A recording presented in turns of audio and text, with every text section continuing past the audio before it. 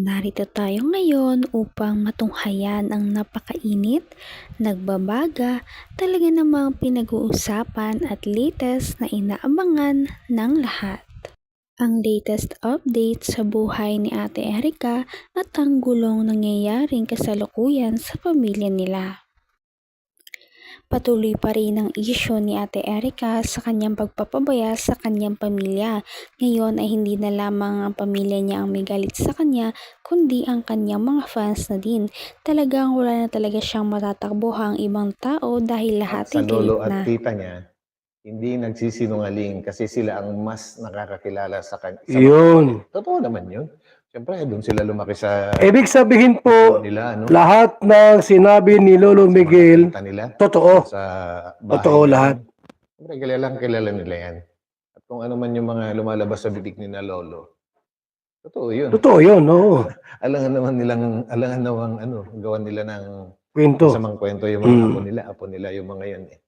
Tama. Saka ang kinasasama kasi ng loob ni Lolo dati is yung hindi man lang sila dumalaw sa hospital, no? Nung hospital ngayong lola nila, bagkos. Nung pag-uwi ng lolo nila sa bahay na yon, hindi niya ina-expect na wala na yung dalawang apon niya na yon, lumayas na.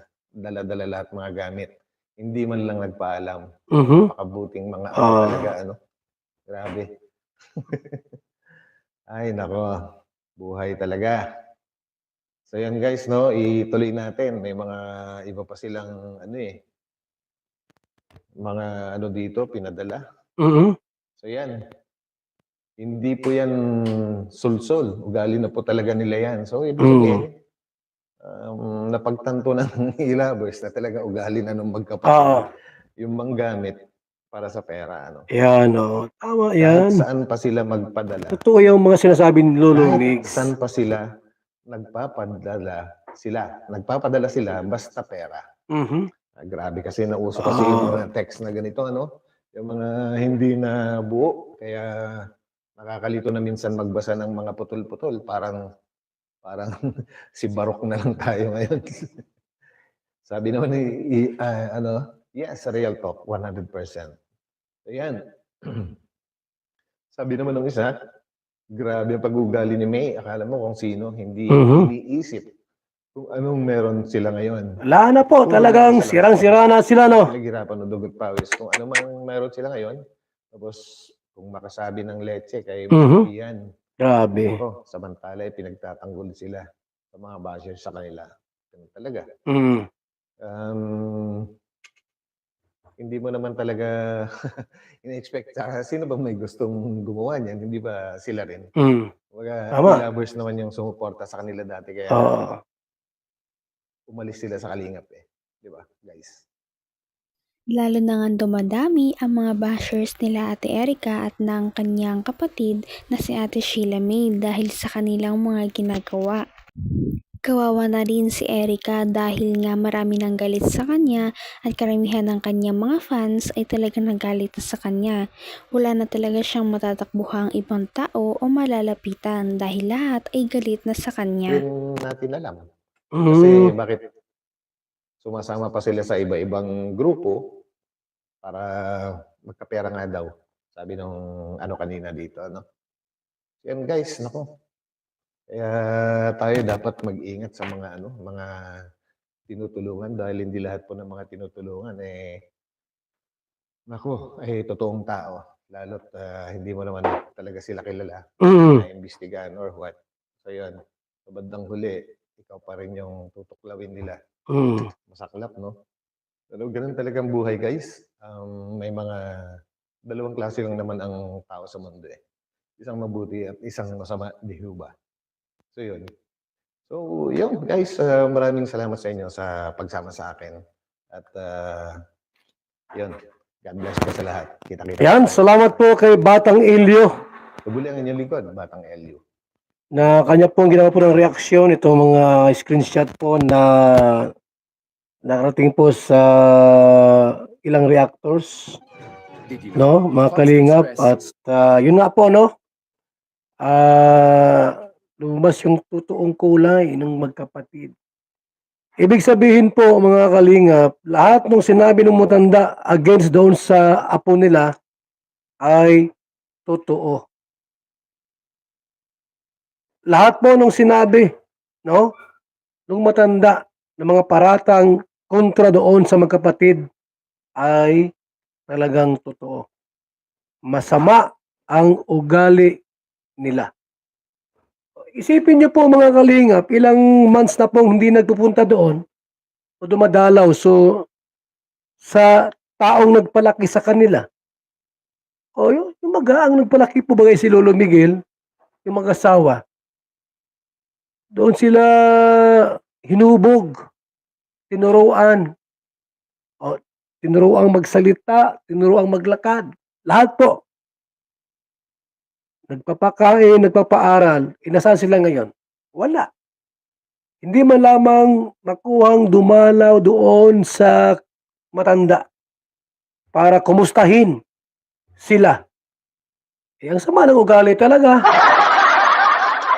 At mismo sila pong grupo ay nagkagulo-gulo na. Away-away na sila, no? Sapagkat lumabas ang tunay na kulay nung magkapatid. Sirang-sira na nga talaga ang pangalan ni Erica dahil sa kanyang mga pinaggagawa. Ano nga ba talaga ang totoong nangyari sa kanyang pamilya at sa kanya?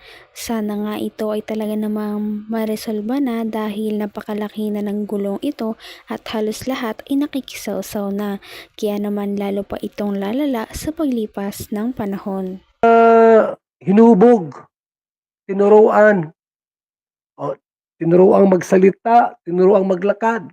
Lahat po. Nagpapakain, nagpapaaral. Nasaan sila ngayon? Wala. Hindi man lamang makuhang dumalaw doon sa matanda para kumustahin sila. Ang sama ng ugali talaga. At mismo sila pong grupo ay nagkagulo-gulo na. Away-away na sila, no? Sapagkat lumabas ang tunay na kulay nung magkapatid. Ngayon, nasaan sila? Aba, meron akong grupong sumalo. Paala kayo, ha? Mula sa Kalingap, lumipat sa iba, tapos palipat-lipat ng ibang grupo, ay kayo din. Ha? Yung nangyari doon sa aming yung ginawa nila sa Kalingap, dahil sa kanila, binawi ni Jun ang 500,000 pesos. Dahil kay May at kay Erica po, binawi ng sponsor ang 500,000 para sa bahay po nila. May sumalo itong team ni Tunyakaw Torres.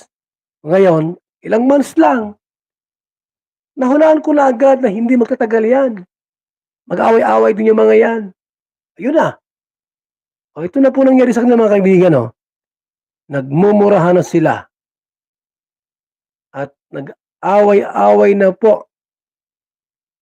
Yan ang tunay na ugali nung magkapatid.